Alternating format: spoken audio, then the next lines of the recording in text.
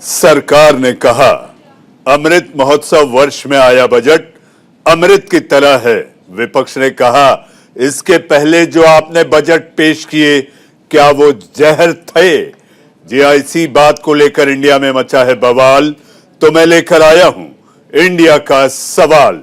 नमस्कार, मैं हूं मनीष अवस्थी, हाजिर हूं आपका अपना पसंदीदा डिबेट शो इंडिया का सवाल लेकर। देश का बजट पेश हो चुका है। आज से संसद में राष्ट्रपति के अभिभाषण पर चर्चा हो रही है। संसद में चर्चा वैसे तो राष्ट्रपति के अभिभाषण पर है, लेकिन इसके पूरे आसार हैं कि संसद में पेगासस का मुद्दा उठेगा, यानी जासूसी का हंगामा होगा। विपक्ष की ओर से राहुल गांधी मोर्चा संभालेंगे। इसी के साथ कांग्रेस ने संसद के बाहर भी सरकार की घेराबंदी शुरू कर दी है।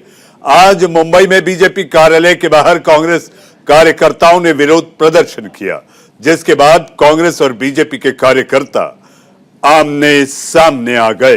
विपक्ष पिछले कई सत्रों की तरह बजट सत्र को भी हंगामे की भेंट चढ़ाएगा। क्या इसी सत्र में भी काम की बजाय महज हंगामा होगा?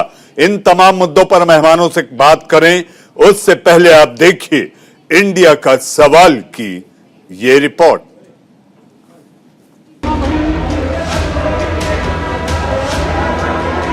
कल देश का बजट वित्त मंत्री निर्मला सीतारमण ने पेश किया, जिसका सरकार ने बखान किया तो विपक्ष ने नकार दिया।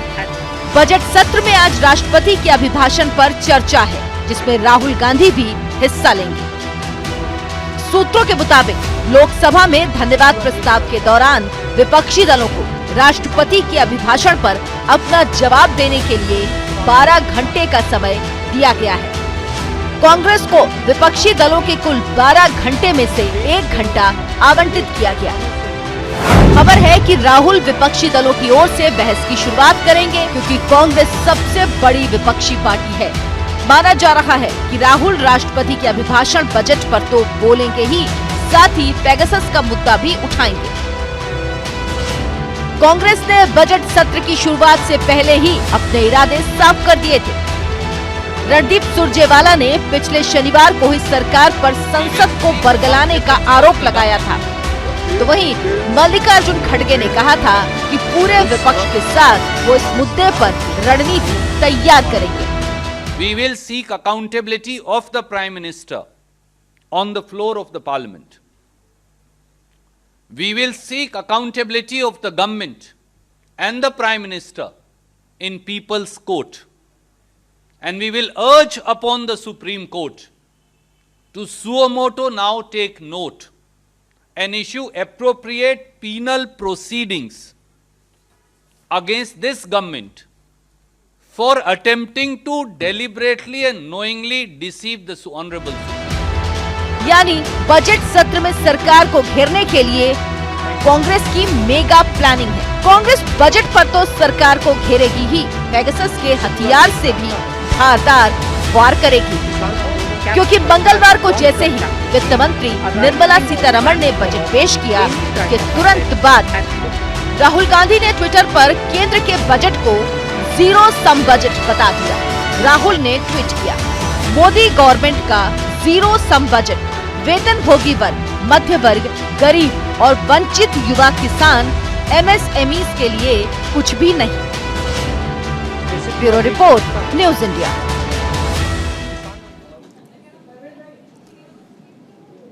जी हां, सदन में सबसे बड़ी विपक्षी पार्टी कांग्रेस सरकार को घेरेगी। पेगासस के साथ साथ बजट बड़ा मुद्दा होगा और राहुल गांधी, जी हां, इसके इंतजाम कांग्रेस ने भी किए हैं।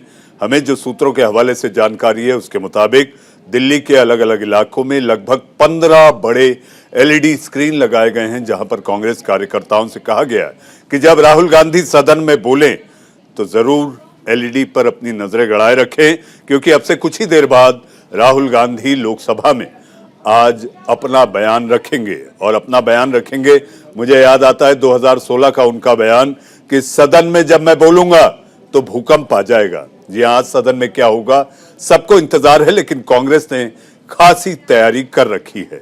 आगे बढ़ते हैं अपने मेहमानों की ओर, क्योंकि हमें तो इंडिया का सवाल है। इंडिया का सवाल है क्योंकि इंडिया में बवाल है। हमारे साथ विवेक श्रीवास्तव, प्रवक्ता सीपीआई, आकाश जिंदल अर्थशास्त्री हमारे साथ हैं और हमारे साथ मुकेश त्यागी, प्रवक्ता बीजेपी हमारे साथ हैं। आप तीनों का बहुत बहुत स्वागत है। जी हां, सबसे पहले विवेक जी मैं आप ही से शुरू करूं, क्योंकि एक बजट सरकार कह रही है ये ऐसा बजट आया है, अमृत वर्ष में अमृत की तरह ये बजट है, लेकिन विपक्ष का काम तो विपक्ष है। विपक्ष टीका टिप्पणी, छोटी छोटी मीन मेक की बातें लेकर आएगा।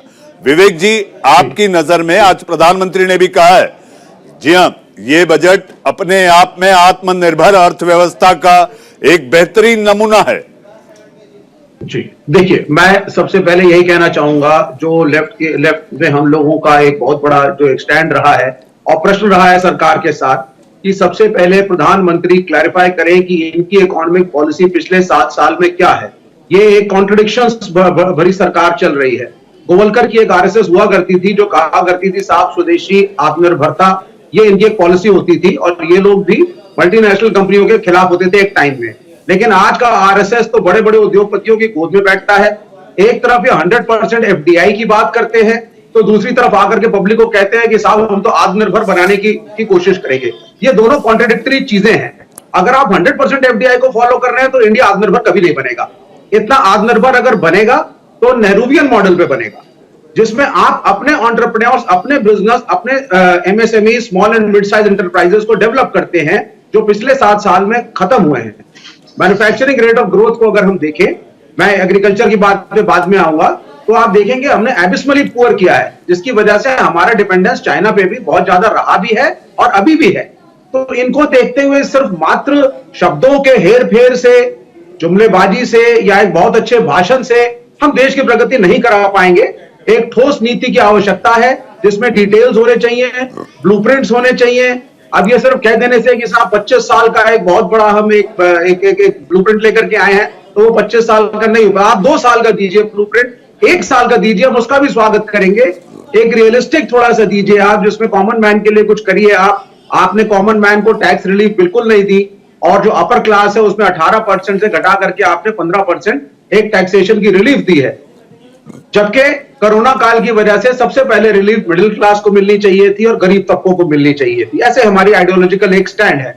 तो ये सब चीजों को देखते हुए प्रधानमंत्री का काम है सरकार को डिफेंड करना, आप जरूर करें। ऑपोजिशन का काम भी सिर्फ criticism for the sake of criticism नहीं है। इसलिए मैं तथ्यों के आधार पर ही क्रिटिसाइज करता हूं, और मेरे हिसाब से बजट से हम लोगों को निराशा हुई है। तो राहुल जी बोलेंगे, अन्य पार्टी के लोग भी बोलेंगे, लेफ्ट भी बोलेगा, और हम कोशिश करेंगे कि नुक्ताचीनी निकाली जाए, इनको बताया जाए कहां करेक्शंस पॉसिबल हैं, और हमारी यह भी उम्मीद है कि कुछ इंप्रूवमेंट्स होंगे। जी विवेक जी, आपने 2-3 बातें कही, आपने 2-3 ऐसे शब्दों का इस्तेमाल किया, हेरा फेरी, शब्दों की बाजीगरी और नुक्ताचीनी। मैं अगर ये कहूं तो हेरा फेरी और बाजीगरी आंकड़ों की कहा जाता है, आंकड़ों को लेकर बजट पर मसला चल रहा है, आपने इसको जोड़ने की बहुत बेहतरीन कोशिश की। जी हां, शब्दों की बाजीगरी और आंकड़ों की हेरा फेरी। जी हां, मैं आऊंगा आपके पास। इस वक्त हमारे संवाददाता गौरव मिश्रा हमारे साथ है। गौरव, कांग्रेस की आज बड़ी तैयारी, क्या तैयारी है, और कांग्रेस आखिर जो बड़े बड़े एलईडी स्क्रीन लगाए गए हैं, उनके कार्यकर्ता उस एलईडी स्क्रीन पर किसे देखने और सुनने के लिए बेताब बैठे हैं? गौरव, बिल्कुल, देखिए मनीष जी, अगर बात करें इस वक्त मैं कांग्रेस का जो दफ्तर है, दिल्ली प्रदेश का जो कार्यालय है, वहीं पर मौजूद हूं, और आप ये देखिए तमाम जो लोग हैं वो यहाँ जो कार्यकर्ता हैं वो बैठे हुए हैं, क्योंकि राहुल गांधी जो है वो अब से थोड़ी ही देर बाद अपना संबोधन देंगे। सरकार ने जो अपना बजट पेश किया है, उस बजट में जो बड़ी बातें रही हैं, उसके बाद अब राहुल गांधी अपनी बातों को रखते नजर आएंगे, और तमाम जो लोग हैं वो यहाँ पर बैठ करके इंतजार कर रहे हैं। मेरे सामने देखिए एक बड़ी सी जो स्क्रीन है वो लगाई गई है, और इसी स्क्रीन पे तमाम जो लोग हैं वो इंतजार करेंगे कि राहुल गांधी कब बोलना शुरू करेंगे। भाई साहब, आपसे जानना चाहूंगा, जिस तरीके से ये आप लोगों ने दिल्ली में 14 स्थानों पे इसको लगाया है, ये किस तरीके से प्रयोग आप लोग कर रहे हैं? पहली बार ऐसा हो रहा है कि राहुल गांधी के सदन के अंदर के भाषण को सुनने के लिए दिल्ली के 14 स्थानों पर स्क्रीन लगाई गई। बिल्कुल, ये हमने आज राहुल जी जो विपक्ष की आवाज है, आज वो सदन को संबोधित करेंगे और पक्ष रखेंगे विपक्ष का इस बजट पर। तो जनता सुने, उनको लोग सुने, कांग्रेस के कार्यकर्ता सुने, इसलिए हमने आज दिल्ली के प्रत्येक जिले में, और एक अपने हमारा जो कार्यालय है दिल्ली कांग्रेस का, आप देख रहे हैं यहाँ पे भी कार्यकर्ता बैठे हैं। तो आज हमने स्क्रीन लगाई और लोग सुनेंगे, कार्यकर्ता सुनेंगे, राहुल जी जो आज संसद में बोलेंगे, जनता को पता चले कि आखिर राहुल जी इस देश के प्रति जो प्रेम रखते हैं वो हाउस में दिखाई देगा। बजट की देखिए बात करें, क्योंकि आप भी दिल्ली प्रदेश अध्यक्ष हैं, तमाम चीजों को देखते हैं, कि आप किस तरीके से इस बजट को देखेंगे? 10 में से कितने नंबर देंगे मोदी सरकार के इस बजट को? देखिए, यही कारण है कि आज राहुल जी की इस बजट को लेकर के जो संबोधन है वो दिल्ली सुने, और जिस तरह से आज चर्चा है, हर समाचार पत्र में हर किसी व्यक्ति से पूछें तो इस बजट में ना देश के लिए कुछ है, ना मिडिल क्लास के लिए कुछ है, बिल्कुल शून्य नंबर जनता दे रही है। केवल अनिल चौधरी शून्य नहीं दे रहा है, राहुल जी शून्य नहीं दे रहे हैं, शून्य देश की जनता दे रही है, गरीब दे रहा है, मिडिल क्लास दे रहा है, छात्र दे रहा है। हर मोर्चे पर ये जब समीक्षा करते हैं इस बजट की तो ये बजट शून्य नजर आता है। एक और चीज है जो कि ट्विटर पे जब ये चीजें आई तो कुछ लोग अब इस चीज पे, यानी मैं बीजेपी ही कहूंगा, बीजेपी के लोग कह रहे हैं भाई ये तो मन की बात जैसा प्रयोग किया जा रहा है। प्रधानमंत्री जब मन की बात करते हैं तो इसी तरीके से लोग बैठ करके सुनते हैं। तो अब राहुल गांधी के मन की बात को कांग्रेस लोगों तक पहुंचा रही है क्या? मैं सिर्फ यही सकता हूं, उनके स्टेटमेंट में तो कुछ नहीं कहूँगा, लेकिन जिस तरह से देश की आवाम को दिखाने की कोशिश भाजपा के कार्यकर्ता दिखाते हैं, वो सच दिखाने के लिए विपक्ष की आवाज को हम कार्यकर्ता और जनता तक पहुंचा रहे हैं। ये कहना कि वो इस तरह से मन की बात, उनकी मन की बात मन में सुनी जाती है, ये जनता की आवाज हम सुनाएंगे। राहुल जी जनता की आवाज सुनाएंगे, अपनी मन की आवाज नहीं सुनाने बैठे। और आज जनता की आवाज राहुल गांधी पार्लियामेंट में बोलेंगे, जनता की आवाज इस बजट के ऊपर सुनाई देगी, सांसदों को सुनाई देगी, और जनता की आवाज जनता को हम सुना रहे हैं, कार्यकर्ता को सुना रहे हैं कि आखिर इस बजट में देश की जनता को मिला क्या। जो आपदा आई, जिस तरह से लोग परेशान हैं, रोजगार नहीं है, काम धंधे चौपट हो गए, आज वहां पे इस बजट को लाना, जहां लोगों को उम्मीद थी टैक्स में कुछ छूट मिलेगी, कुछ राहत मिलेगी, मिडिल क्लास के हाथ में बिल्कुल उनकी जो हथेली है, जो हाथ है, वो खाली नजर आया है। इस देश के युवाओं के जो सपने थे उनको चूर चूर करते हुए वो देख रहे हैं। तो आज जनता की आवाज राहुल जी बोलेंगे। बिल्कुल, तो राहुल गांधी जो है आज जनता की आवाज को सदन में रखेंगे, ऐसा कांग्रेस के तमाम लोग कह रहे हैं। और ये देखिए सामने जो पूरी तैयारी है वो यहाँ पे हो चली है, और लगातार अब से थोड़ी ही देर बाद जो राहुल गांधी का संबोधन होगा अंदर सदन में वो शुरू करेंगे। और उनको सुनने के लिए दिल्ली के अंदर अगर मैं बात करूँ 14 स्थानों पे इसी तरीके की जो बड़ी स्क्रीन है वो लगाई गई है, क्योंकि मोदी सरकार के बजट के बाद से राहुल गांधी का ये संबोधन कांग्रेस के ऐसा कार्यकर्ता का कहना है कि बहुत ज्यादा महत्वपूर्ण है। और जिस तरीके से आप देखिए लोगों तक बात पहुंचाने की एक नई प्रथा कांग्रेस ने शुरू की है। ये वही बात है कि जब ये चीज आई कि आज राहुल गांधी के इस संबोधन को राजधानी दिल्ली में 14 स्थानों पर वो भी बड़ी स्क्रीन लगा करके तमाम लोग सुनेंगे, तो तमाम लोगों ने अपनी प्रतिक्रियाएं दी की, तो मन की बात जैसा माहौल जो है वो बनाया जा रहा है। हालांकि पक्ष और विपक्ष की तरफ से इस तरीके से जो बातें हैं वो निकलते रहती हैं, लेकिन इन सब के बीच इंतजार यही हो रहा है मनीष जी कि राहुल गांधी का संबोधन कब शुरू होगा और वो लोग इनको सुनेंगे। जाहिर सी बात है, जनता की बात राहुल के लफ्ज से लोकसभा सदन में उनके कार्यकर्ता यानी कांग्रेस के कार्यकर्ता आतुर हैं अपने नेता को सुनने के लिए। जी हाँ, बढ़ते हैं। गौरव, आप लगातार बने रहें, हम आपके पास ताजा अपडेट के लिए फिर आएंगे कि आखिर राहुल गांधी ने जो बोला 2016 में, उन्होंने कहा था अगर सदन में मैं बोल दिया तो भूकंप आ जाएगा। जी हाँ, पेगासस भी है, बजट भी है। हमारे साथ मेहमान हैं बीजेपी के प्रवक्ता मुकेश त्यागी जी। मुकेश जी, कांग्रेस ने तगड़े इंतजाम किए हैं, हमारे संवाददाता गौरव मिश्रा भी बता रहे थे। आप अगर टीवी स्क्रीन देख और सुन रहे थे मुकेश जी, तो इस समय बजट को लेकर, जी हां, मध्यम वर्ग ये कह रहा है ये मध्यम बजट है, विपक्ष कह रहा है, राहुल गांधी ने कहा है जीरो सम बजट।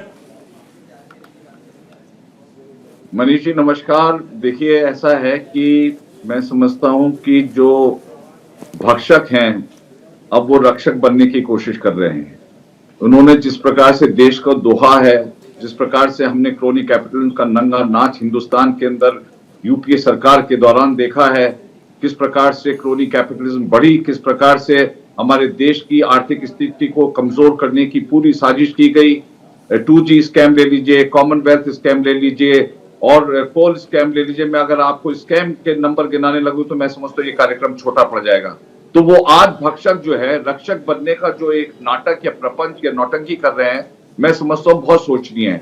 देखिए मनीष जी, बीजेपी चाहती तो बहुत लोकप्रिय बजट भी पेश कर सकती थी, जबकि चुनाव 5 राज्यों में हो रहा है, लेकिन बीजेपी ने उस प्रलोभन से हट करके देश को एक ऐसे देश निर्माण का बजट पेश किया है जिससे दूरगामी परिणाम बहुत अच्छे होंगे। चाइना हमारे सामने, अगर आप देखिए 1980 में हमारी जीडीपी और चाइना की जीडीपी लगभग बराबर थी, लेकिन हम कहां पीछे रह गए। अगर यूपीए में इतनी क्षमताएं हैं तो ले जाते, आपके पास तो इतने साल सरकार रही है। अभी जब भारतीय जनता पार्टी एक बहुत बढ़िया बुनियाद डाल रही है आर्थिक ढांचे की 25 साल के, तो इनको अब आलोचना पड़ी हुई है। अरे आप कंस्ट्रक्टिव सजेशन दीजिए कि भाई कैसे इंप्रूव किया जा सकता है। अगर आप देखिए, मैं आपको अभी स्टैटिस्टिक बताने का अगर टाइम देंगे तो मैं बताऊंगा, हमारे सारे पैरामीटर्स, इकोनॉमिक पैरामीटर्स जो प्री लॉकडाउन थे वो अब मिलकर के उससे ऊपर ही जा रहे हैं। जिस प्रकार से जीडीपी ने ग्रोथ किया 9.2%, आईएमएफ का प्रेडिक्शन है। तो आप ये तो बताइए कि कहां पर कुताही हो रही है। जिस तरीके से पूरे इस क्राइसिस को संभाला है मोदी गवर्नमेंट ने, मैं समझता हूं बहुत सराहनीय है। और हर प्रकार से सहायता दी है लोगों को, वैक्सीनेशन ड्राइव करी है, गरीबों के घर तक खाना पहुंचाया है। पहले बिचौलिए राजीव जी खुद ही कहते थे कि भैया 1 रुपया भेजते हैं और 15 पैसे पहुंचते हैं गरीबों के पास। डायरेक्ट बेनिफिशियरी ट्रांसफर, शौचालय, आवास, मैं आपको गिनाने लगूं तो इतने सारे, आयुष्मान भारत, तमाम नीतियों लेकर के जो गरीब के अंत्योदय के कहते हैं कि उनके आखिरी पैदान तक जो गरीब व्यक्ति खड़ा है, मोदी जी ने वहां तक उनको आर्थिक लाभ पहुंचाने की कोशिश करी है। मुझे एक कहानी याद आ रही है कि आप आदमी को एक दिन के लिए फिश दीजिए, वो एक ही दिन खाना खाएगा, और अगर आप उसको फिशिंग सिखा दें तो पूरी जिंदगी भर वो फिशिंग करके अपना खाना खाएगा। तो देश के अंदर 25 साल की अगर हमें चाइना से आगे बढ़ना है, we are fastest growing economy in the world. अभी यूके से भी हम ऊपर जाने वाले हैं। इन डॉलर टर्म्स हमारी 3 ट्रिलियन इकोनॉमी हो गई है जी। 9.2%। मुकेश जी, प्रधानमंत्री बताइए कमी कहां है। प्रधानमंत्री ने जी भी $5 ट्रिलियन इकोनॉमी का सपना देखा है जो 2024 तक पूरा करने का। जी हाँ, पूरा होंगे या नहीं, या पूरे होंगे तो कैसे होंगे, इस पर बोलने के लिए, बयान देने के लिए, चर्चा करने के लिए हमारे साथ एक अर्थशास्त्री खुद इस पैनल पर हैं। जी हाँ, आकाश जिंदल। जी हाँ, हमारे लोकतंत्र की विशाल, जिस तरह आकाश विशाल और विहंगम होता है, विशाल अर्थव्यवस्था को लेकर प्रधानमंत्री ने नरेंद्र मोदी सरकार का ये 10वां बजट, आकाश जी, सपने, जी हां, सपने पूरे करने को लेकर एक एक धागे में मोती पिरोने जैसा ये बजट लोग कह रहे हैं। मध्यम वर्ग ये कह रहा है कि टैक्स तो वसूला गया, मिला कुछ नहीं। प्रधानमंत्री जी ने आज कहा आत्मनिर्भर अर्थव्यवस्था के ये बढ़ते कदम है। जी देखिए मनीष जी, इस बजट में कुछ शॉर्टकमिंग्स हैं, कुछ पॉजिटिविटीज हैं। पॉजिटिविटी मैं ये मानता हूं, we are the fastest growing economy amongst major economies. बड़ी इकोनॉमीज में से फास्टेस्ट ग्रोइंग इकोनॉमी है। बीजेपी के मेरे मित्र तो कह रहे हैं कि हम ब्रिटेन से आगे बढ़ने वाले हैं। मैं डेटा दे दूं, ब्रिटेन से हम ऑलरेडी आगे हैं। तो वहां बीजेपी और हमारे प्रधानमंत्री साहब को मुबारक, हम ऑलरेडी 5th लार्जेस्ट इकोनॉमी बन चुके हैं। डेफिसिट को भी ये लोग 6.3, 6.4 रखने में अगले साल के कामयाब होते हुए दिख रहे हैं। मैक्रो लेवल का विजन अच्छा है, एक विजनरी बजट है, लॉन्ग टर्म का बजट है। लेकिन जहां शॉर्ट कमिंग्स है वो ये है, 2 साल से इस देश का आम आदमी परेशान चल रहा था। आम आदमी को एक्सपेक्टेशन थी कि उसे इमीडिएट रिलीफ मिलेगा। अब इमीडिएट रिलीफ में जो हमने सोचा हुआ था, इनकम टैक्स की जो एग्जम्पशन थ्रेशोल्ड लिमिट है, जिसे आम भाषा में कह दिया जाता है स्लैब, उसमें बढ़ोतरी होगी, 80C में बढ़ोतरी होगी, हाउसिंग फाइनेंस पे एडिशनल एग्जम्पशन आएगा, वर्क फ्रॉम होम पे एडिशनल एग्जम्पशन आएगा, किसान भाइयों के लिए पीएम किसान सम्मान निधि में एडिशनल एग्जम्पशन आएगा। ऐसी कई चीजें हमने सोची हुई थी।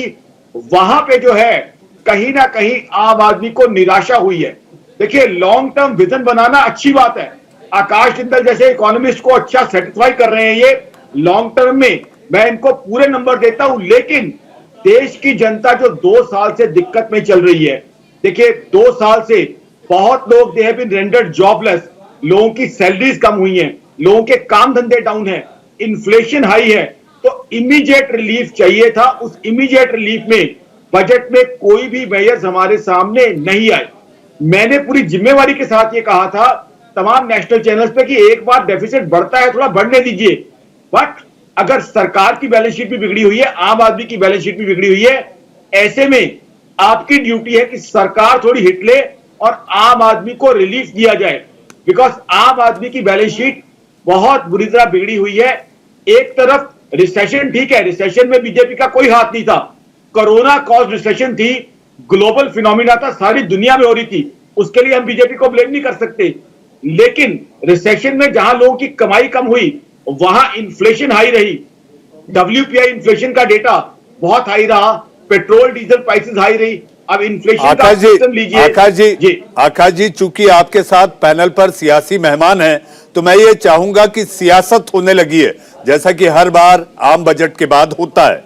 हमारे पैनलिस्ट विवेक श्रीवास्तव जी ने कहा कि नुक्ताचीनी निकलनी चाहिए, अगर पॉजिटिव क्रिटिसिज्म है होना चाहिए। जी हाँ, क्रिटिसिज्म स्वस्थ लोकतंत्र की एक ऐसी निशानी है जिसके तहत मुझे ऐसा लगता है लोकतंत्र मजबूत होता है। आकाश जी, मेरा सवाल आपसे है, राहुल गांधी ने इसे जीरो सम बजट कहा है। अगर मैं दर्शकों की जानकारी के लिए सरल और सहज अंदाज में आपसे ये कहूं कि इसे समझाइए कि आखिर राहुल गांधी को ट्वीट कर ये क्यों कहना पड़ा कि ये जीरो सम बजट है, या केवल विपक्ष का जो काम होता है कि नुक्ताचीनी निकालो, उसमें क्रिटिसिज्म करो, और सरकार की अच्छी बातें भी हैं तो उसमें कहीं ना कहीं इस तरह से आप कहो कि लोगों को ये लगे कि कुछ ठीक नहीं हुआ। देखिए, राहुल जी की मैं इज्जत करता हूं, वो देशभक्तों के परिवार से हैं, उनके परिवार ने देश के लिए बहुत बड़ा कंट्रीब्यूशन दिया आज तक। लेकिन इस बजट में कई अच्छी चीजें हैं। देखिए, आज हम 5th लार्जेस्ट इकोनॉमी है, तो बजट जो है डेवलप कंट्रीज में एक जो है कैच बनाता है, खाका देता है ग्रोथ का, एक विजन। और इस बजट में क्लियरली विजन है। ये बजट क्लियरली हमें 5 ट्रिलियन इकोनॉमी की तरफ लेके जाएगा। आपका सवाल बिल्कुल जायज है कि वो 2024 तक नहीं पहुंच पाएगी, मानता हूं इस चीज को, बट इसमें एक रोड मैप है, इसमें एक विजन है। दूसरा, इंफ्रास्ट्रक्चर, मैं यहां पे बता दूं, इंफ्रास्ट्रक्चर एक ऐसी चीज है जिससे बहुत ज्यादा जॉब जनरेट होंगी। इंफ्रास्ट्रक्चर का लॉन्ग टर्म इंपैक्ट ये भी रहेगा कि इंफ्रास्ट्रक्चर की वजह से इन्फ्लेशन कम होगी। अब मैं बताता हूं कैसे कम होगी। इन्फ्लेशन जब भी मैं एक्सप्लेन करता हूं तमाम नेशनल चैनल पे, उसमें क्या है, बॉटलनेक्स होते हैं, क्योंकि सब्जी बाजार तक समय पे नहीं पहुंच पाती, इंफ्रास्ट्रक्चर सही नहीं होता, तो सब्जी के दाम बढ़ जाते हैं। जब हम वर्ल्ड क्लास इंफ्रास्ट्रक्चर बना देंगे तो वो इन्फ्लेशन को भी रिड्यूस करेगा, लोगों को एम्प्लॉयमेंट भी देगा। और दूसरी, एक जो मिथ चल रहा है, सुबह से अलग अलग डिबेट्स पे मैं हूं कि जी इंफ्रास्ट्रक्चर से तो लोगों को जॉब 5 साल बाद मिलेगी। जी नहीं, जॉब्स आज से जनरेट होना शुरू हो जाएंगी। अगर हाईवे बनना है, अगर मेट्रो बनना है, उसकी एक्सकवेशन तो अगले महीने से शुरू हो जाएगी। इंफ्रास्ट्रक्चर चाहे मिस्त्री हो, चाहे मजदूर हो, पेंटर हो, प्लम्बर हो, आर्किटेक्ट हो, इंजीनियर हो, बहुत लेवल पे जॉब जनरेट करता है। तो कहीं ना कहीं लॉन्ग टर्म के हिसाब से, मैक्रो इकोनॉमिक एंगल से इन्होंने अच्छा काम किया है, उसमें मैं इनके साथ हूं। अब बात आ जाती है दिल और दिमाग की।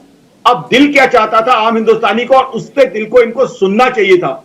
दिल ये चाहता था कि मैं तकलीफ पे हूं 2 साल से, मेरी कमाई कम हुई है, मेरी नौकरी छूटी है, मेरे घर का खर्चा बढ़ा हुआ है, वहां मैं सरकार से नहीं मांगूंगा तो कहां मांगूंगा। तो जहां दिल की बात आ जाती है वहां ये लोग ना तो मेरे जैसे इकोनॉमिस्ट को सेटिस्फाई कर पाए हैं, ना देश की जनता को।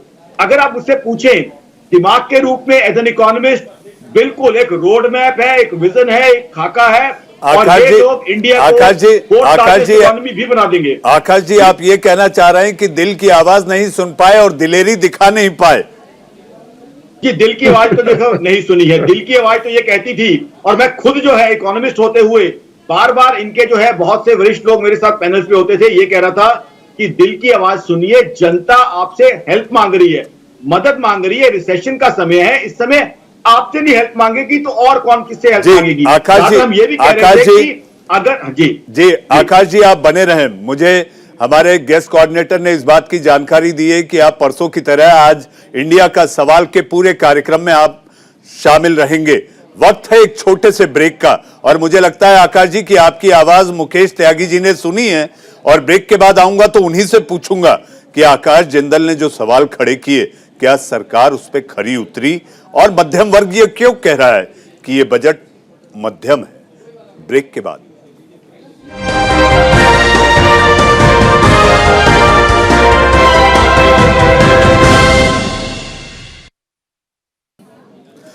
के बाद इंडिया का सवाल में फिर आप सबका स्वागत है। जी हां, अमृत और जहर की लड़ाई चल रही है। सरकार कह रही है बजट अमृत है, तो विपक्ष कह रहा है ये जहर से कम नहीं है। इसके पहले आपने जो बजट पेश किए, क्या वो जहर थे अगर ये अमृत है तो?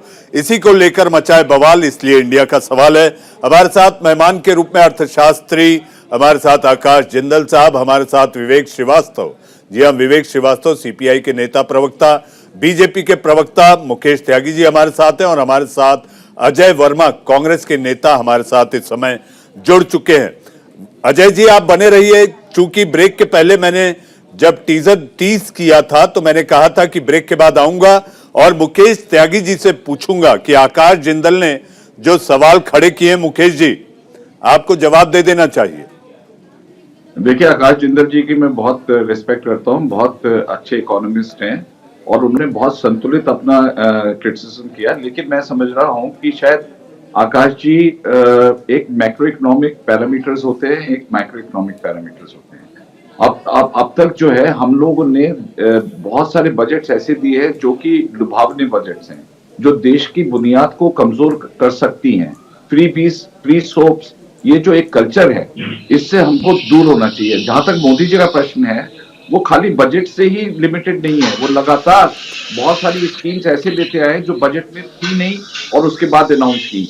आपने पिछला बजट भी देखा, निर्मला सीतारमण जी ने कितने साइलोज अनाउंस किए। उसके बाद export credit guarantee scheme for MSME 3.5 lakh crore, और इस बार फिर 50 लाख करोड़ उन्होंने इसमें बढ़ाए हैं ताकि होटल इंडस्ट्री और इनको भी मिल सके। अभी आकाश जिंदल जी ने खुद ही कहा कि इंफ्रास्ट्रक्चर में समझता हूँ कि अनप्रेसिडेंटेड। मैं आपको करेक्ट कर दूं मुकेश जी, 50 लाख करोड़ नहीं है, 50 लाख करोड़ एमएसएमई में नहीं बढ़े। जी जी 50,000 करोड़, 50,000 करोड़ बढ़े हैं। Sorry for slip of tongue.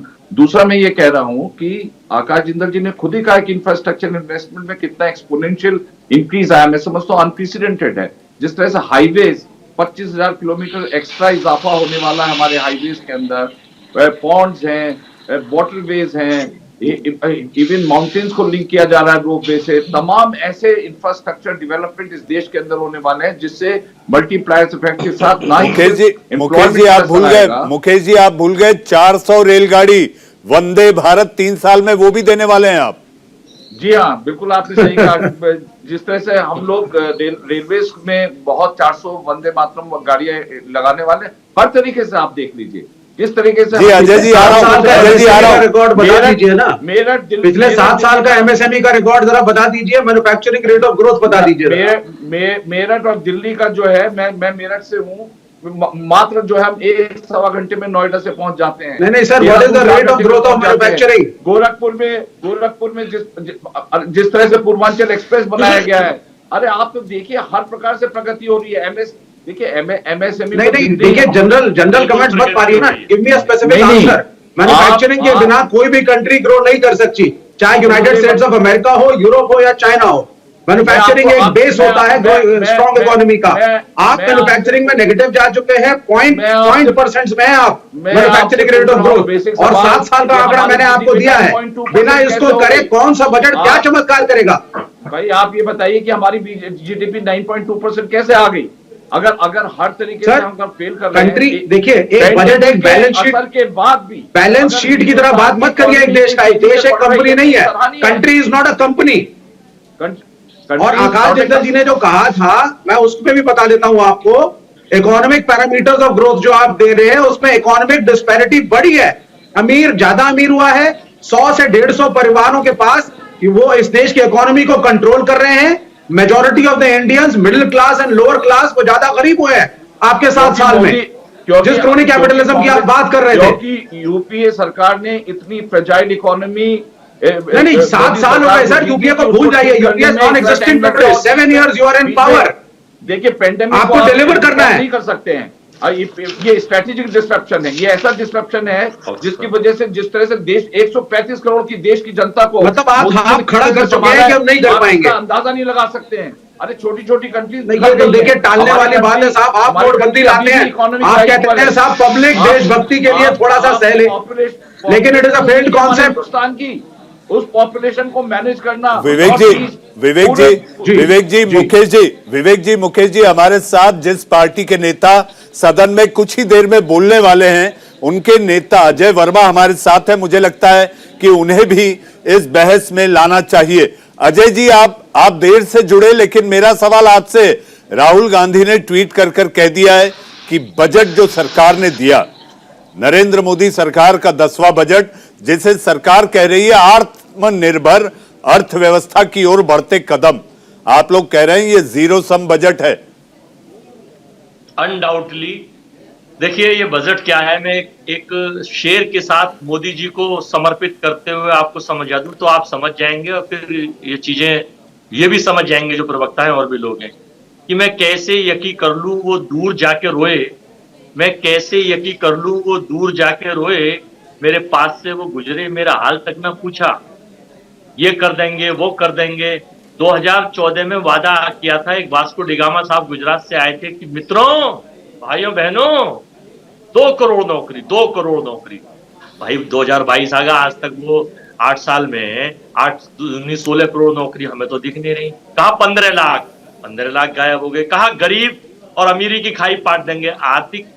आर्थिक असमानता इतनी है कि वर्ल्ड इकोनॉमिक फोरम की रिपोर्ट आई थी, ऑक्सफैम की रिपोर्ट आई थी कि 2021 से 22 के बीच भारत में 102 से 143 खरबपति हो गए, और हिंदुस्तान में 4.16 करोड़ लोगों का व्यापार खत्म होकर वो गरीबी की रेखा के नीचे आ गए। तो ये है आत्मनिर्भर बजट, ये है आत्मनिर्भर भारत। और ये कहते हैं बजट में देने के बाद, जिंदल जी 1 मिनट आप सुन लीजिए थोड़ा सा, फिर आप ना, मेरी को टाइम कम मिल रहा है। ये कहते हैं, अभी नीति आयोग की रिपोर्ट आई है, 5 स्टेट जो है, 4 के बीजेपी शासित प्रदेश उसमें गरीबी की रेखा में नीचे आए। उत्तर प्रदेश नंबर 1 है गरीबी की, बिल्कुल गरीबी की संख्या बढ़ गई है। मैं नहीं कह रहा, नीति आयोग कह रहा है। ये कहते हैं आत्मनिर्भर भारत आत्मबल का बजट है। हाँ, आत्मबल का बजट है। मैं स्वागत करता हूं इस बजट का। किस चीज का? नरेंद्र मोदी जी के जुमले और उनके IT सेल का झूठ जो वो दिखा रहे हैं 2014 से हिंदुस्तान को और प्रदेश की जनता को, 136 करोड़ लोगों को, वो इसमें सबसे अच्छी चीज है। वो सबसे अच्छी चीज है। एडिटोरियल एडिटर महोदय, और आप आंकड़ों की अगर बात करते हैं तो आप ये सुन लीजिए कि हमारे नेता राहुल गांधी ने कहा था कि देश की जनता टैक्स वसूली के बोझ से परेशान है, और ये मोदी सरकार के लिए टैक्स की कमाई एक बड़ी उपलब्धि है। नजरिए का अंतर है, इन्हें जनता का दर्द नहीं दिखता, इन्हें केवल अपना खजाना दिखता है। ठीक है, अब आपको मैं थोड़ा सा और बजट का वो बता दूं। कांग्रेस के समय में 0.32 पैसे जो है किलोमीटर जाते थे रेल यात्री भाड़े के, अब इन्होंने कर दिया 110 का मतलब 343% वृद्धि। प्लेटफॉर्म टिकट 2 रुपए का था, आज है 30 रुपए का। ये कहते हैं 400 वंदे भारत ट्रेन चलाएंगे। अरे बड़ी अच्छी बात है, आप चलाएंगे। एक गारंटी लिख के दे दीजिए हमें कि जो बेची है अभी ट्रेन और हवाई अड्डे, और जो एक 18,000 करोड़ की एयर इंडिया बेच दी, 2 लाख करोड़ से ज्यादा की कीमत थी, कि ये आप बेचेंगे नहीं। पता है, ये तैयार दामाद जी के लिए हो रही है। जी अजय जी, अजय जी आपके पास आता हूं, अजय जी आपके पास आता हूं। आपने आंकड़े गिनाए, केवल फाइनल कर दूं 10 सेकंड में। ये ट्रेन तैयार हो रही है, पट्टी 1 लाख कुछ हजार करोड़ रुपया लगेगा, और दे दी जाएंगी आने वाले कल में, इन्हीं की तरह जो दे दिए कि भैया, तो ये गारंटी दे दे कि हम नहीं बेचेंगे देश की तरह। और FDI के नाम पर और देश के नाम पर LIC का लेकर आ रहे हैं। आखिर ऐसी संस्थाओं को आप क्या करना चाहते हैं? निजीकरण के नाम पर भारत के हाथ में कटोरा आपने दे दिया, और झूठी केवल के साथ निकट भविष्य में हमारी इकोनॉमी रहेगी। कहाँ है वो 5 ट्रिलियन? 14 से 5 ट्रिलियन कहीं नहीं आ रही है। जी हाँ, बीजेपी के सांसद हरीश द्विवेदी लोकसभा में कह रहे थे, उन्होंने कहते कहते ये कहा कि सदन में हंगामा होगा। मैं जो बोल रहा हूं इस पर हंगामा करेगा विपक्ष, लेकिन हम ये कहेंगे इंडिया का सवाल है। हंगामा खड़ा करना मेरा मकसद नहीं, मेरी कोशिश है ये सूरत बदलनी चाहिए। लौटते हैं वापस अपनी बहस की ओर। हमारे साथ मेहमान के रूप में आकाश जिंदल, अजय वर्मा जी, विवेक श्रीवास्तव जी और मुकेश त्यागी जी है। आकाश जी, मैं आपके पास आना चाहूंगा जी। चूंकि सदन में राम मंदिर का मुद्दा आया तो मुझे कमांड आई कि हमें सदन में क्या हो रहा है ये जनता को बताना और दिखाना चाहिए, इसलिए मुझे इस मुद्दे को थोड़ा सा लोकसभा की ओर ले जाना पड़ा, क्योंकि लोकसभा पर आज लोकसभा में राहुल गांधी के वक्तव्य का भी इंतजार किया जा रहा है कि आखिर वो क्या बोलेंगे। आकाश जी, अजय वर्मा जी ने कई सवाल उठाए। मुझे ऐसा लगता है कि यहाँ सियासत के 3 नुमाइंदे हैं, राजनीतिक दलों के 3 नुमाइंदे, कांग्रेस, सीपीआई और बीजेपी। एक निष्पक्ष राय के रूप में, अर्थशास्त्री के रूप में जो मुद्दे विवेक श्रीवास्तव जी ने उठाए, जो अजय जी ने उठाए, मुकेश त्यागी जी की अपनी दलील और सफाई है, मैं चाहूंगा कि अर्थशास्त्री उन मासूम लोगों के लिए जो इस समय आपको देख और सुन रहे हैं, उन्हें समझाएं और बताएं कि जो मुद्दे उछाले जा रहे हैं वो कितने वाजिब। आकाश जिंदल। बिल्कुल, सबसे पहले मेरी प्रार्थना रहेगी सभी मित्रों से कि मुझे पूरा बोलने दिया जाए। Nobody should speak over me, this is a humble request. मेरे बहुत अच्छे दोस्त और पड़ोसी विवेक श्रीवास्तव बैठे हुए हैं, अभय जी मेरे दोस्त हैं। देखिए अभय जी, आपकी पार्टी कांग्रेस की मैं बहुत इज्जत करता हूं, उनका बहुत कंट्रीब्यूशन है इंडिया की इकोनॉमी में, इसके बारे में कोई शक नहीं है। High respect for your party. लेकिन जहां कुछ मुद्दे हैं, एयर इंडिया की आप प्राइवेटाइजेशन की बात कर रहे हैं। एयर इंडिया में पूरा डेटा आपके सामने रख देता हूं। एयर इंडिया अगर प्राइवेटाइज ना होती, रेगुलर बेसिस पे उसके लॉस हो रहे थे, और वो लॉस की फंडिंग कौन कर रहा था? वो लॉस की फंडिंग मैं, आप, हम सब लोग कर रहे थे, तो उसकी वजह से डेफिसिट और बढ़ जाता। प्राइवेटाइजेशन उसका किया गया है। आने वाले समय में हमें उम्मीद है कि जिस ग्रुप ने उसे लिया है उसे प्रॉफिटेबल बनाएगा, और प्रॉफिटेबल बनाएगा तो देश को इनकम टैक्स भी मिलेगा, जीएसटी भी मिलेगा। तो मेरे हिसाब से एयर इंडिया की प्राइवेटाइजेशन एक बहुत जरूरी चीज थी। कब तक देश का आम आदमी, कब तक देश का मजदूर, कब तक देश का रिक्शा चलाने वाला भाई, या कब तक आकाश जिंदल अपनी कमाई से एयर इंडिया को लॉसेस को फंड करेगा? क्योंकि टैक्स तो हर व्यक्ति करता है। मेरा जो रिक्शा चलाने वाला भाई है वो भी चाय का कप पीता है, जिसमें इनडायरेक्टली कई तरह के टैक्सेस लगते हैं। उसके बाद आ जाती है बात प्राइवेटाइजेशन के कॉन्सेप्ट की। आज जो है, मैंने आपसे रिक्वेस्ट की थी, मुझे पूरा करने देंगे। आज जो है दुनिया की 4 हमसे जो बड़ी इकोनॉमीज हैं, अमेरिका, चाइना, जापान, जर्मनी, इस सारी की सारी प्राइवेटाइजेशन के बेस पे चल रही है। अमेरिका वर्ल्ड की नंबर 1 इकोनॉमी बना हुआ है इतने सालों से, क्योंकि सारा कुछ प्राइवेट सेक्टर के हाथ में है। चाइना 1980 तक कहीं नहीं था, लेकिन जब से उसने प्राइवेटाइजेशन का दामन थामा है, चाइना अब दुनिया की सेकंड बिगेस्ट इकोनॉमी, और सेकंड बिगेस्ट भी ऐसी कि आज वो अमेरिका को आंखें दिखा रहा है। तो प्राइवेटाइजेशन से हमें दूर होना नहीं चाहिए। आपकी सरकार ने खुद बहुत अच्छा काम किया प्राइवेटाइजेशन का, और उसका देश को फायदा भी मिला है। लिबरलाइजेशन की शुरुआत तो आप ही की सरकार ने की थी, and we have reaped the benefit of what your government did. उसका बहुत बेनिफिट मिला है। अब उसके बाद आ जाती है बजट के अच्छे कामों की बात। अच्छे कामों के अंदर यह है कि आज की तारीख में इस बजट के अंदर कई चीजें ऐसी की गई है जिनका जिक्र होना चाहिए। डिजिटल करेंसी का लॉन्च किया गया है।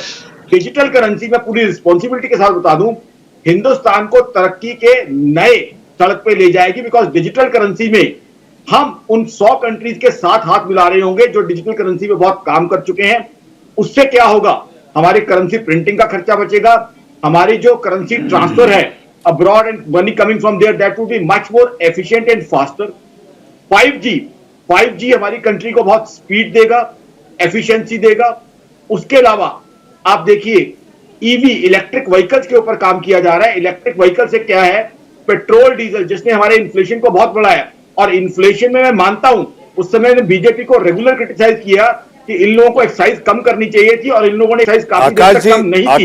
आकाश जी, इंडिया का सवाल के पैनल पर बैठे 2 विपक्ष के प्रवक्ताओं का यह मानना है कि ये गरीबी उन्मूलन और उसके साथ साथ महंगाई पर काबू न कर सकने वाला बजट है। हम ये चाहेंगे कि आप ये बताएं, समझाएं कि सरकार की जो कोशिश रही है, सरकार की कोशिश रही है कि समावेशी और व्यवहारिक यानी प्रैग्मेटिक बजट है ये।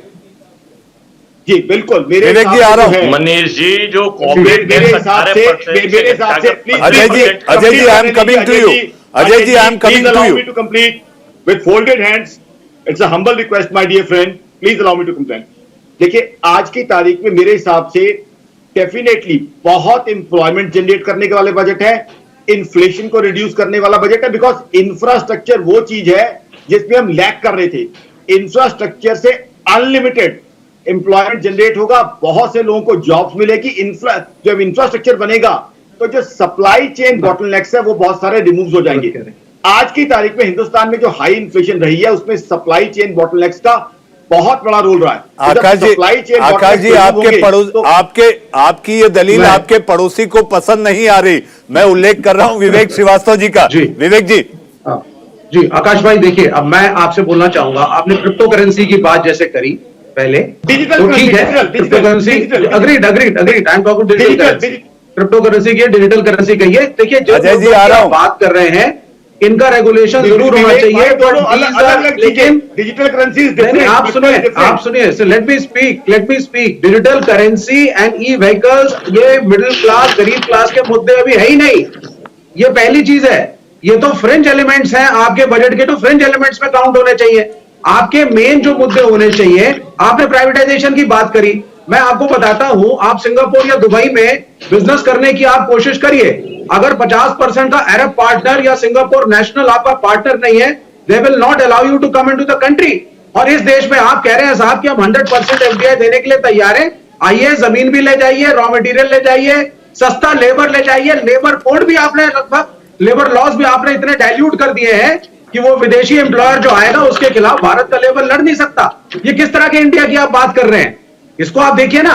ये और नटशेल में हुआ क्या है, 7 साल के अंदर भारतीय जनता पार्टी की एक्सपेक्टेशन है कि साहब थोड़ा सा आप जो है पेन को, दर्द को बियर कर लें। नोटबंदी के समय मैंने यही सुना था, कंट्री फर्स्ट साहब, क्यू में खड़े हो जाइए 2000 रुपए के नोट के लिए, देश प्रगति कर जाएगा। 7 साल हो गए साहब।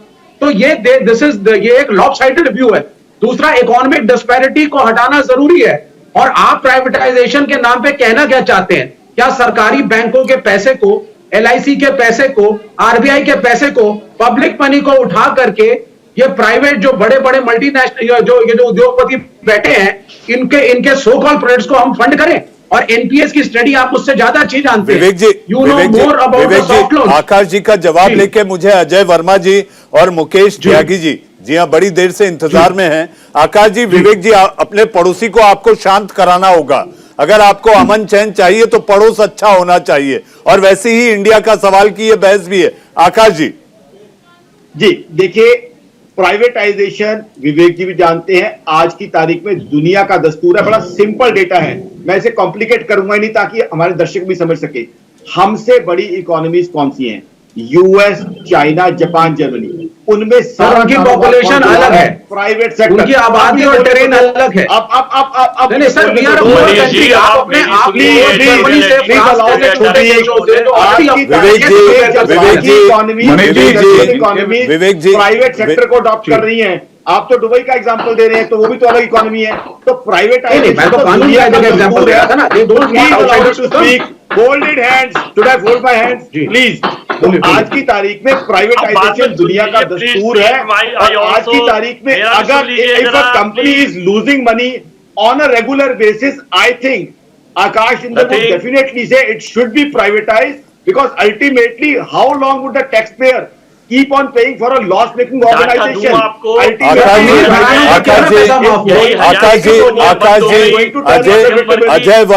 अजय वर्मा जी हाँ, कांग्रेस के आप प्रवक्ता नेता के रूप में आप हमारे साथ हैं। अजय जी, आप अपनी बात रखें, क्योंकि अभी भी इंतजार है। एलईडी से लेकर 14 एलईडी लगे हैं आपके नेता को सुनने के लिए, कांग्रेस के अलग अलग दफ्तर और दिल्ली के अलग अलग जिलों में। अजय जी अपनी बात करें तो मैं मुकेश जी के पास जाऊं और फिर इंडिया का सवाल इस मोड़ पर छोड़ जाऊं कि अजय भारत के लिए अर्थव्यवस्था भी अजय हो। देखिए, जिंदल जी जो कह रहे हैं, इनकी अपना नजरिया हो सकता है, मैं इनको कोई ये विरोध नहीं कर रहा, मैं अपनी बात रख रहा हूं। 2014 से या 2022 आगाज पहले भारत की तुलना रशिया से, ग्रेट ब्रिटेन से, अमेरिका से होती थी, इसकी अर्थव्यवस्था की, इसकी गरीबी की, इसकी। और आज भारत की तुलना श्रीलंका, बांग्लादेश, प्रति व्यक्ति आय में और नेपाल, इनसे तुलना कर रहे हैं हम। हमारी ये तरक्की हुई है पिछले 8 सालों। प्राइवेटाइजेशन का नुकसान मैं आपको बताऊं, जो जितने संस्थानों को ये सारे बेचकर दिए जा रहे हैं, कि जो गरीब आदमी है, 99% लोग जो हैं वो भारत में 136 करोड़ की आबादी है। इस अमेरिका की कंट्री की आबादी 32 करोड़ है। आप ये समझ लीजिए कि इसकी इतने बड़े इंफ्रास्ट्रक्चर्स की हम घोषणाएं तो बहुत सारी कर देते हैं। चाय जो है 99.99% लोग हिंदुस्तान में पीते हैं। हम 120 से 180 रुपए किलो देते थे, आज 400 से 500 रुपए किलो। यही है लिबराइजेशन, यही है भारत की आर्थिक मूवमेंट का। कहा था मोदी जी ने कि गरीब और अमीर की खाई पाट देंगे। आर्थिक समानता बढ़ती चली जा रही है, अमीर और अमीर होता जा रहा है। अडानी आज देश के नहीं बल्कि एशिया के बड़े आदमी हो गए, अंबानी को पछाड़ने की होड़ लगी हुई है। प्रैक्टिकल बात अगर भारत की भाषा में हम करें इस बजट में, तो एक चीज बताइए आप, नरेगा का बजट 98,000 करोड़ रुपए था, इसे घटाकर 73,000 करोड़ कर दिया FY 2022-23 में। ये गरीबों से कनेक्टेड बजट था। अरे अडानी और अंबानी के बजट को घटाना चाहिए था, आपको मजदूरों के बजट को घटाएंगे, यही है आपकी रणनीति। जी अजय जी जवाब ले लेते हैं, क्योंकि मुझे ये बहस खत्म भी करनी है। एक और बता दूं, motto cut subsidise hit the poor and the farmer, 2.86 lakh crore रुपए था 22, और अब कर दिया इन्होंने घटाकर 2.06 लाख करोड़, 2.06 लाख करोड़। ये गरीबों की बर्बाद करने वाली सरकार, भारत के हाथ में कटोरा देने वाली सरकार, उद्योगपतियों की सरकार। अजय जी जवाब ले लेते हैं, बीजेपी के प्रवक्ता मुकेश त्यागी बैठे हैं। मुकेश जी, गरीबों के हित में नहीं ये बजट, कांग्रेस कह रही है, इसलिए 0 मार्क दे रही है, 0 सम बजट। मुकेश त्यागी जी देखिए, कांग्रेस का मुझे लगता है कि मानसिक संतुलन बिगड़ चुका है। उनको सिवाय मोदी जी के खिलाफत करने के अलावा और क्या उनका बात सपना है। नहीं कि किसी भी एक दिवालिया जो है, ये कह रहे हैं इंदिरा जी ने कहा था गरीबी हटाओ, मैं समझता हूँ जिनका उन्होंने कहा मानसिक गरीब संतुलन को था ही हटाओ। नहीं, वो सर्टिफिकेट बांट रहे हैं, सर्टिफिकेट। बोलने दीजिए, बोलने दीजिए, सात मुझे साल बोलने में। दीजिए। आपने बोल लिया, आपने अपने विचार व्यक्त कर लिए, मुझे भी बोलने दीजिए। आपने देश को काफी लूटा है, काफी ये गॉडसे के समर्थक, और अभी ये कंगना रनौत इनकी नेता है, कंगना रनौत इनकी नेता है। आपकी विषैली सरकार के बारे में मैं बताना शुरू इनके नेता मोदी नहीं है, कंगना जितना रनौत देश को इनकी अजय नेता जी है। अजय जी मुद्दे को ना भटकाया जाए। मुकेश त्यागी जी को कह लेने दीजिए। अजय जी आपके सवाल है, जवाब उनका लेना जरूरी है। ये तिरंगे का अपमान करते हैं, तिरंगा फहराते नहीं अरे है। भैया सुन लीजिए, तिरंगे का अपमान आपके तो राहुल गांधी ने जो पास हुआ बिल पब्लिक में फाड़ के रख दिया, वो तो संविधान ये तिरंगे का अपमान करते हैं, उनका समर्पण है। अरे आप में क्या शर्म बात कर आती रहे है। हैं? आपके तो इतने शीशे के मकान है कि अगर पत्थर फेंकना, इतने ज्यादा आपके कंकाल निकलेंगे कि आपको अंदाजा नहीं है। और आप कंगना रनौत के इनकी आइडियोलॉजी है, अब वो अगली मंत्री बनने वाली है, देश के प्रधानमंत्री से मंत्री बनाने जा रहे हैं। एक भी स्कैम नहीं हुआ हमारे मोदी सरकार के टाइम में, एक भी स्कैम नहीं हुआ। कुछ नहीं मिला, ना सीमित क्लास को मिला, ना गरीबों को, ना किसानों को, ना मजदूरों को, ना युवाओं को, ना महिलाओं को। खसोटा है आपके ऊपर, तो एक स्टेज आ रहा है। वादा था पार सुधीर जी, नाव डुबोने की, ये उन्नाव देश की लुटिया बलात्कारी विधायक आपके टाइम में रुपी और स्वामी चिन्मयानंद के समर्थक है। आपके इनकी सोच ये है, ये उनको टिकट देंगे और उन लोगों को आगे बढ़ाएंगे, बस बोलने और के कुछ नहीं लायक कर ही नहीं सकते। है। कोई सब बजट में NDP दिख पे रहा बोलते है। रहेंगे राहुल गांधी जीरो। मुकेश त्यागी जी, मुकेश त्यागी जी बीजेपी प्रवक्ता, विवेक श्रीवास्तव प्रवक्ता नेता CPI, अजय वर्मा प्रवक्ता नेता कांग्रेस और आकाश जिंदल साहब अर्थशास्त्री इंडिया का सवाल कार्यक्रम में आप आए।